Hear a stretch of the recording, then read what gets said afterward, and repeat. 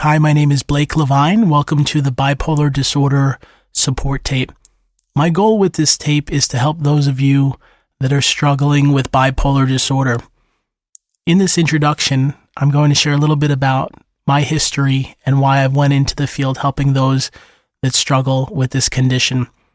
I had a very fascinating young life as a child. I used to collect autographs with my dad after my parents faced a very, very rough divorce. I was kidnapped at age 3 by my father, and for 10 months was unable to see my mom. It was a very, very challenging and overwhelming time in my life. I would then go on to be able to, my mom found me, and my parents were able to work out their divorce, and I was able to have visitation with my dad on the weekends. And we had a wonderful hobby of going and collecting autographs of celebrities, people like movie stars and rock stars and other notables. And it was really a fun, terrific time in my life. And I had a huge amount of energy and would put it into finding out where people like Madonna and Tom Cruise and Michael Jackson and all these other notables were. But sadly, when I was age 15, I was diagnosed with bipolar disorder. My brain began to malfunction, and I would face 5 psychiatric hospitalizations. I would hallucinate and had delusions, and in fact, a top doctor said that I would not finish high school, go to college, be able to have a relationship, or live anywhere outside of a group home or a hospital. This took my mother by surprise, and she was so angry and upset that here her son, who she loved so much, was basically going to be lost to this illness.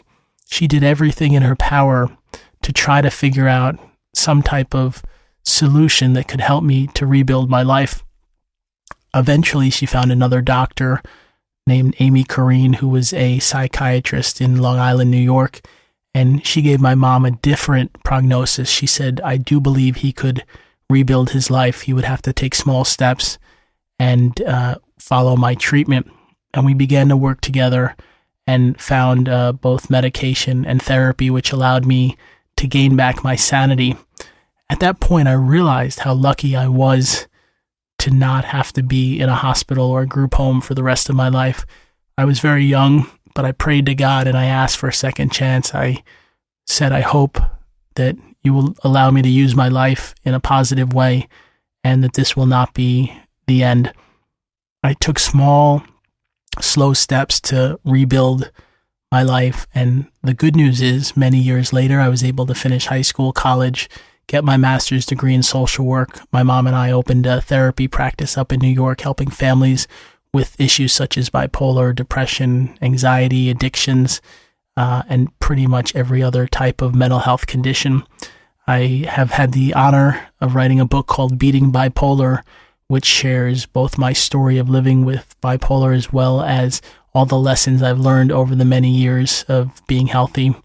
And I made this CD to give you something you can listen to help you to stay calm and to help you find a sense of peace while you're dealing with bipolar disorder. I don't believe that this CD is the final answer and that it will repair this condition completely. I do think that the way to get healthy is to find treatment from professionals, but this can be a great support to help keep your mind and your body calm while you're working on this. I appreciate you buying this CD, and I look forward to going on a journey to helping you stay calm and to understand that bipolar disorder does not need to be the end of your life. And in fact, if you take the proper steps, you can lead a joyous, fulfilling, and wonderful life, even if you're given the diagnosis of bipolar disorder. In this first section, we're going to talk about understanding bipolar disorder. Many times people have said to me, what is this? What am I going through? Well, bipolar disorder used to be known as manic depression. It alternates in different levels of either mania or depression. Mania can mean when you have a flight of ideas, you're doing behaviors that are very dangerous, such as spending large amounts of money that you don't have, taking very large risks with gambling, women or men that are not usually sexually provocative, having many, many partners in an unsafe way. and doing other types of behavior that would not be within your normal character. This is usually symptoms of what is known as mania. Now, the problem is people with this condition don't always stay in manic episodes. They can go to the other side, which is depression. And depression might mean not getting out of bed, not going to school, going to work, not being around friends, staying isolated, and possibly even wanting to end your life. They have given a horrible statistic for many years, which I am doing my best with my work to lower and eventually end. They say that 1 in 5 people with bipolar disorder commit suicide in their lifetimes. And just knowing that 20% of those with this illness will not survive is a horrible, unthinkable idea. And I want to work with everyone to know that this does not have to be the end result. If you will take care of yourself and rebuild your life, you can be one of the people that help to not only survive, but to thrive and to do well. And you do not need to be part of that statistic. I've also had the honor of meeting some people that are very well known that live with bipolar, and some of these people are running corporations. They're on television, they're in the arts, they're doing very, very successfully with this. And I want you to know whatever your goals or your dreams are, they do not have to be taken away because of this condition. And in fact, I often look at it as a blessing because I did not get into street drugs or heavy alcohol use or other things that often people might find themselves struggling with, even if they don't have a mental health condition. And I say that your life can be a powerful, wonderful, and beautiful existence. And part of it is understanding that bipolar is something you have to take seriously. It's almost as if you have a mess in your house and you keep sweeping things under the rug. Eventually it's going to be a huge pile and be very hard to go through. If you would deal with what you're really feeling and facing, you'll find that life gets easier and better, and that you can make positive change and work on the things that you're going through. In this section, we're talking about how it's all about balance. When we were young kids, many of us were on seesaws. We would see that if one child was on one side who was the same weight as another child, they would go back and forth and kind of balance each other, and it would be fine. And in fact, it would be fun because you'd slightly move up or slightly move down, and it would be balanced. But all of us remember what would happen if one of us got on the beam and there was no one else there. How quickly we could go down and the other side could go up. Or if someone really, really heavy would get on the balance beam or on the seesaw, and there would be someone of a much lesser weight. When you have balance in your life, things are manageable and easier.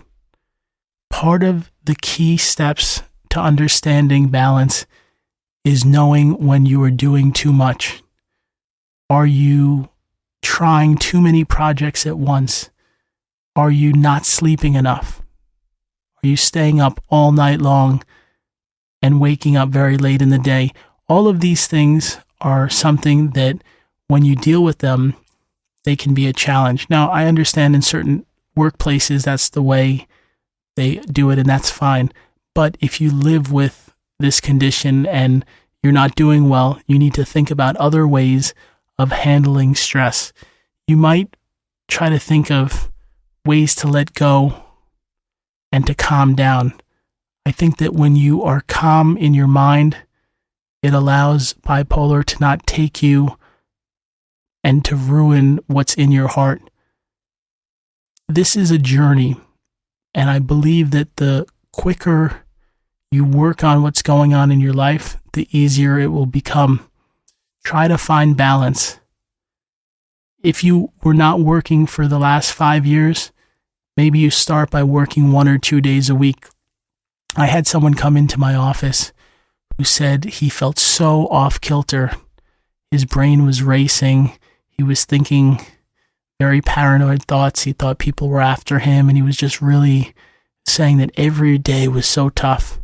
And I said to him, how have you tried to deal with this? And he told me, well, I just figured it would go away. I don't really like doctors. I don't like therapists. I don't like dealing with this. And I said, okay, I understand. And I said, in fact, I don't like doctors or therapists either. I'd rather be watching a sports game or hanging out with friends or being in nature. Going to a medical professional is not usually the most fun experience for any of us.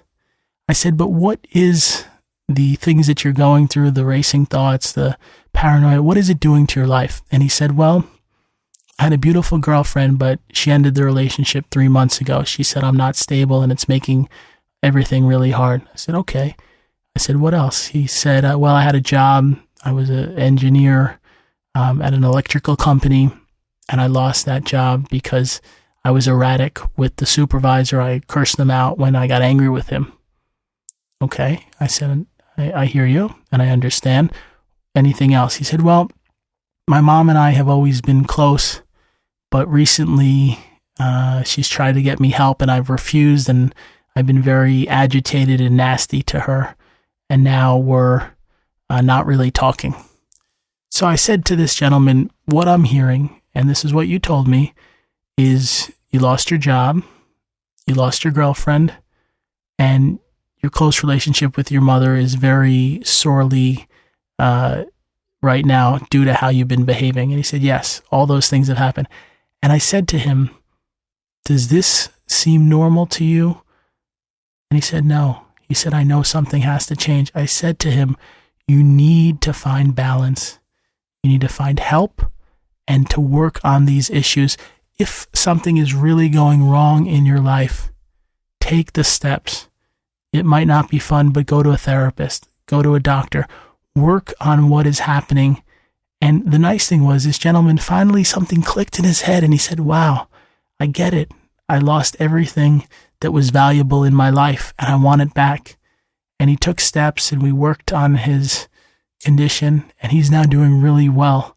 He's back in his career. He's got a new relationship, and guess what? His mom eventually forgave him, as most mothers do, and his life is doing very well.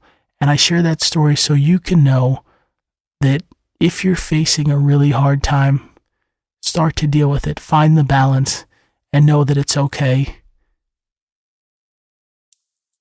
We're going to talk about one moment at a time.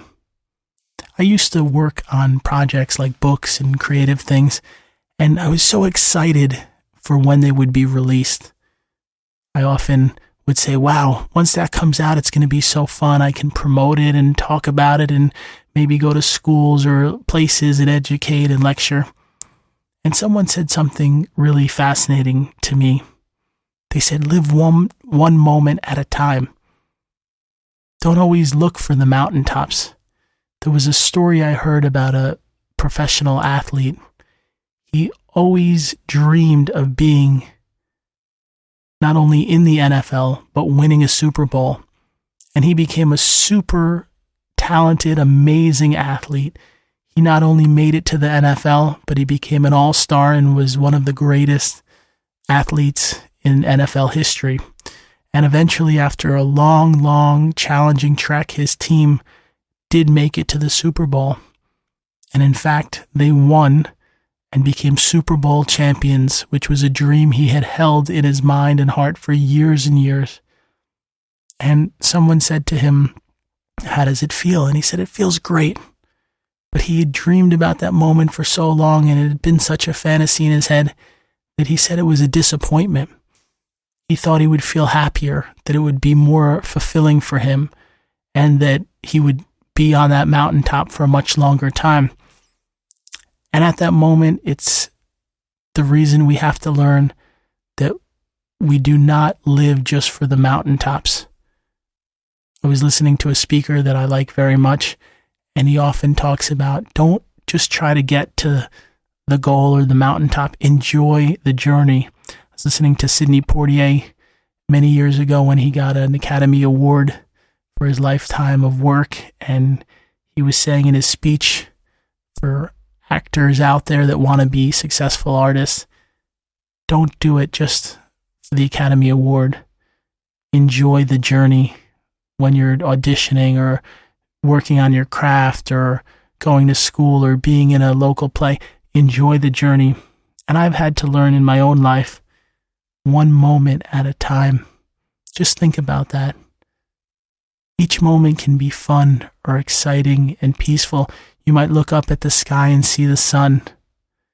You might see stars in the evening time. You might see a beautiful cloud or a tree.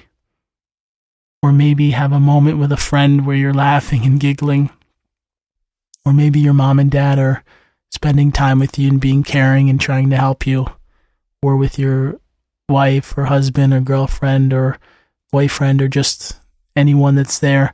Enjoy the little moments in life, because many of us wait for those big moments, and I live here in Hollywood, California, and many are waiting until they're famous or till they're successful. But you know what? The journey and the moments that lead to a successful life are very, very valuable. And you might even find it's those simpler, easier moments when there's less stress and you have more time to enjoy your days that are peaceful and that are something very valuable. So don't ever let that go. And I know I have a 4-year-old daughter, and she's been growing up so quickly, and I love every moment I'm with her. I enjoy picking her up from school and hanging out with her and taking her to the park and enjoying it. And someone said to me, they said, my children grew up so fast. The time just flew by. Enjoy these years. Don't let them pass you by, because you won't get them again. And I really took that to heart, and I really try to live one moment at a time. Healing past pain is such a common and needed thing for those of us that live with bipolar disorder. Many of us not only face this condition and all the struggles and challenges and drama that often associate with it, but we have pain. Someone might have done us wrong, whether it was a parent or a sibling or a friend or even kids at school. In recent times, there have been all of these horrible school shootings. And I think about how sad it is that first there was a young person that went into a movie theater and killed all these innocent people who did nothing to him. And in another situation, there was a boy in Connecticut that went into a school and killed all these young people and their teachers. And it makes me realize that these people had pain, and maybe they are mentally ill, or maybe they are struggling, but that pain needed to be dealt with in a better way. I wish their parents would have helped them so they didn't have this turmoil and this challenge. And if we could prevent one more person from harming others, it would make our lives better.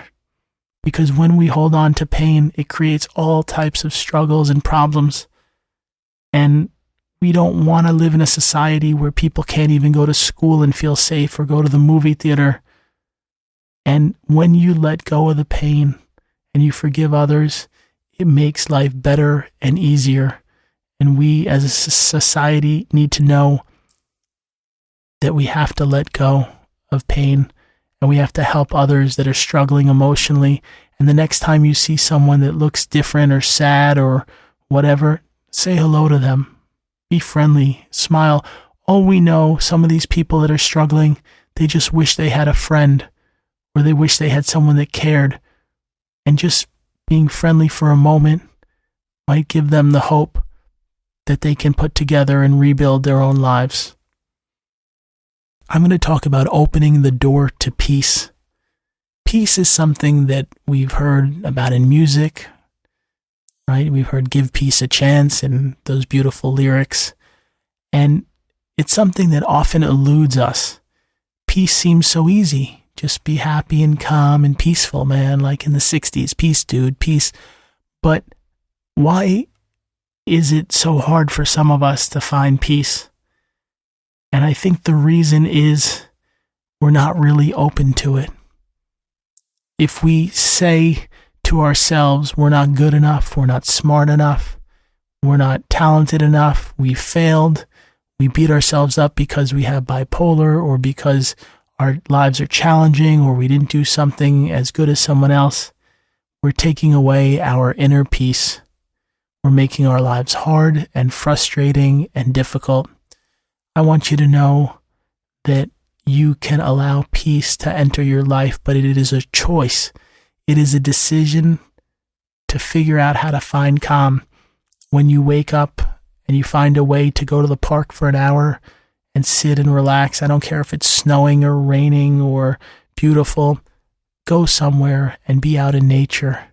See the trees that God has made and the flowers and the plants, and just see everything around you, and you will feel peace. Go do something fun like a hike in a beautiful park somewhere near where you live. See the peace all around you, how the nature just is there. It's not worrying or thinking or over contemplating issues in their mind. It's just being, and it feels peace. And so will you when you're in that environment. And I can admit that it's hard to find peace when you're in a stressful job or the people in your household are difficult.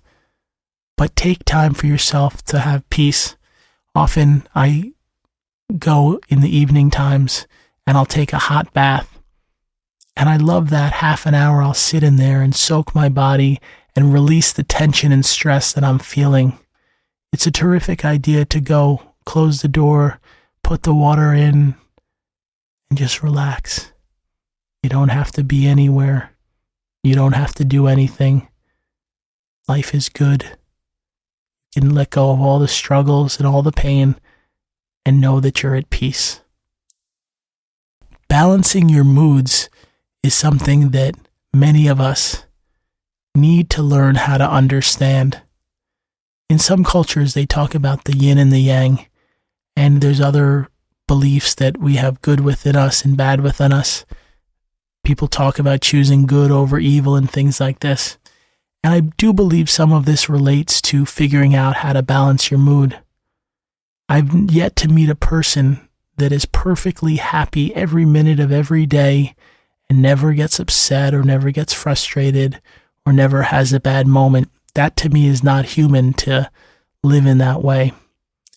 But you can find balance when you live in a way that you're nasty or you're agitated or you're angry or you're depressed or you're manic too much. It takes away from your life and it makes it very unmanageable. One of the best ways to balance your mood is to say to yourself, I'm going to calm down. I'm going to stop grading on the person that I'm dealing with. I'm going to try to be easier. If someone in my life is making things hard, I'm going to forgive them. I'm not going to hold on to this struggle and this emotion. And I'm going to say to myself, you know what? I'm going to let it go. It's not worth it to hold on to this. And I am going to help myself to be more balanced. Part of the key steps to balancing your mood is to follow the treatments that you've learned. If your doctor says for you to not drink or do drugs, you need to follow that. When you do these things, it changes your mood. And I've seen many clients that do really well and their lives are getting more stable and things are going good. And then they start drinking and everything goes literally out the window. I had one girl I was working with that was doing well, and she was in high school and was able to come out of the hospital and stay in school and be able to do well. And then she started drinking on the weekends. And after one party at a friend's house, she got so drunk that she fell down a flight of steps. And luckily, by the grace of God, was okay. But she could have easily died or hurt herself. And I said to her, you have to find balance. You can't go from not drinking at all. She had 8 drinks that night on top of taking medicine, and that's just not safe or healthy for anyone. So try to figure out how to find balance by not making choices that you know are really wrong and that will throw off your health. In this section, we're going to talk about talking tools. The tools you need are often the voice that you have. We all have power in the words that we speak. When you say things to other people, it makes a big impact. Sometimes putting someone down can take away all their energy and even cause them to doubt themselves. I've seen many situations where someone was told they were too fat, and for the rest of their life they held on to that belief. In my own life, I had a relative that would put me down about my weight, and for many years I struggled with weight due to that being put down at an early age. So I want to tell you, the power of words are so strong, and you have to decide how you use them. I see a lot of people that are dealing with bipolar, and they say things to those that are in their life, their friends or their parents or their spouses or their girlfriend or boyfriend. And when you are hard on those in your life, you make your own life more difficult. I believe you have a choice to build others up, and then you can build up your own life. Say things like, I really appreciate you helping me. I know you're trying to support me. Thank you for caring. Thank you for calling me today to check on how I'm doing. Thank you for helping me set up that appointment. Thank you for buying me this audio CD. I really appreciate the love that you give to me. Did you ever know that you are important and I value and love you? These simple words that you say to people can make a huge difference. I worked with a woman in her 30s, and she seemed very beautiful and talented. She was an artist, and she was very insecure.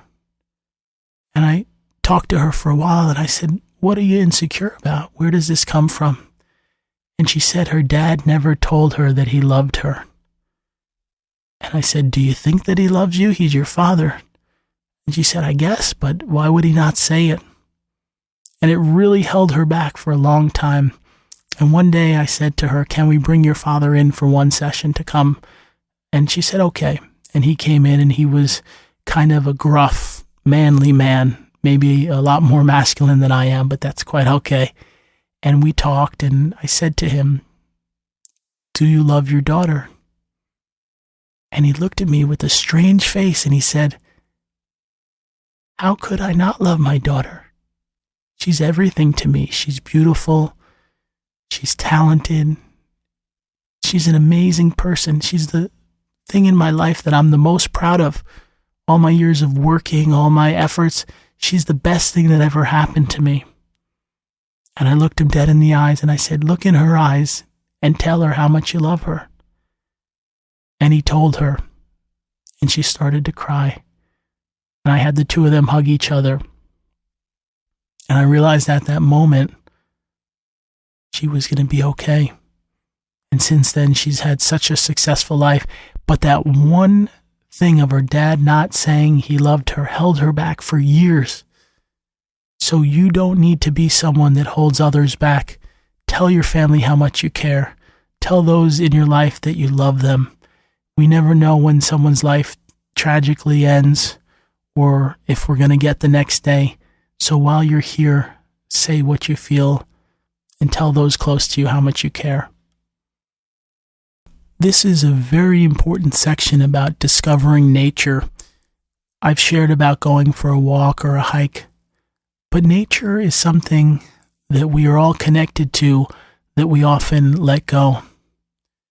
I was playing with my daughter the other day, and all of a sudden this beautiful butterfly came over, and it was flying by us for close to 10 minutes, and it signified to me that nature is so precious and beautiful, and it was just a terrific acknowledgement from God or Source that everything is okay and life is working out. And nature has the potential to do that. When we see a dandelion or a rose or a plant or a tree or a garden, we know that something grew that. Something took that from a little seed into something beautiful. And nature is different in that it is just there. It's not talking to us or doing things, but it has a purpose. And when you put yourself around nature, you find a lot higher level of serenity and calm. I encourage you every day to find some piece of nature. Even if it's just going and looking at grass in your area or whatever the natural terrain is, look around at nature. Look at what's been created for you and enjoy it. I meet so many people that never take a moment to look at all the beautiful and joyous things around them. And when you discover the gifts of nature, it's almost as if you're given one of the most amazing things that you could ever have. And the best part is it's completely free and you can enjoy it every day of your life. We're going to talk in this section about believing in yourself. I often watch on television as certain people have such power of believing in themselves. We could often almost say it's too much. I look at someone like Donald Trump, and he believes he can do anything. He can build buildings. He can have TV shows. He can probably run for office. He envisions that he can do anything he wants, and he says anything that he wants. And I'm not saying that I like him or dislike him, but I give him credit for believing in himself, because it's often those that believe in their own abilities and their own powers and their own level of potential that see success. If you walk around saying, oh, I'm not good enough, or I could never be a writer, or I could never be an actor, or I could never be a dancer, or I could never get a good job, or I could never move out of this apartment, or I could never have a home, you are defeating yourself. You need to say to yourself, you know what? I can do anything I set my mind to. Look at me. I've been in 5 psychiatric hospitals and told I wouldn't finish high school. And here I am. You bought this CD and I've traveled the world helping other people. You have to do something that is so valuable, which is to build yourself up and believe in yourself and know that anything is achievable. What I've learned is even the hardest things in life can be done, but it's like a skyscraper. You wouldn't build a skyscraper in 3 days because the foundation would not be strong enough.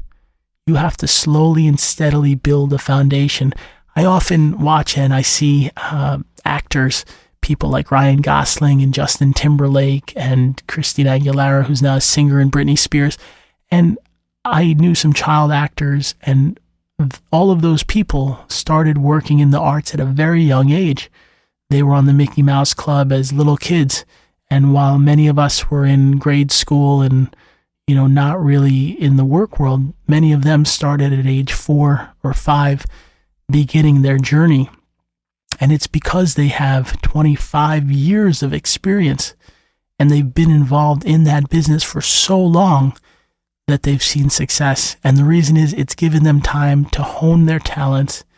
They've built relationships with people that work in that industry, and they've also learned how to develop their own skills and abilities. And I'm not saying that all of us have that opportunity to start something at 5 years old and to have 25 years in it, as many of them do. But it's not too late for you to take the next 25 years to build whatever you want. And this world that we live in can be something amazing.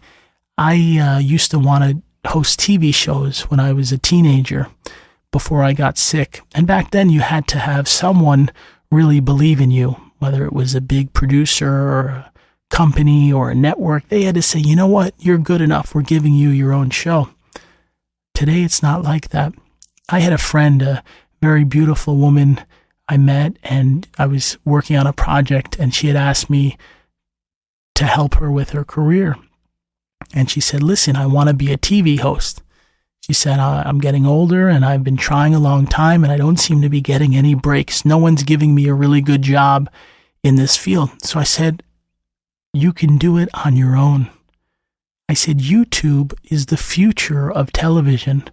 More people are going to watch videos online in the next 30 years than they will be watching from television. And the difference is YouTube doesn't tell you, hey, you're good enough, you're pretty enough, or talented enough. If you make a video, they put it on there and then they let whoever wants to watch it decide if they'd like to see it. And this girl took my advice, and I kept an eye on how she was doing. And she started out making one video about a cooking show that she had. And then she made 2 videos, and then 5 videos, and then 10. And I believe she's made close to 1,000 videos. And she's had millions of viewers all over the world watching her cooking show that she has on YouTube. She's been given opportunities to be a part of traditional networks, to do things with them, all because she decided to believe in herself and to know that she could achieve what she wanted. She didn't have to wait till someone gave her the opportunity. She gave herself the opportunity. I want you to look into your heart and your mind and take the small steps to believe in yourself, because even if you need to get healthy with this illness first, one day you are going to achieve whatever is in your mind and your heart, and it all starts by believing in your own self.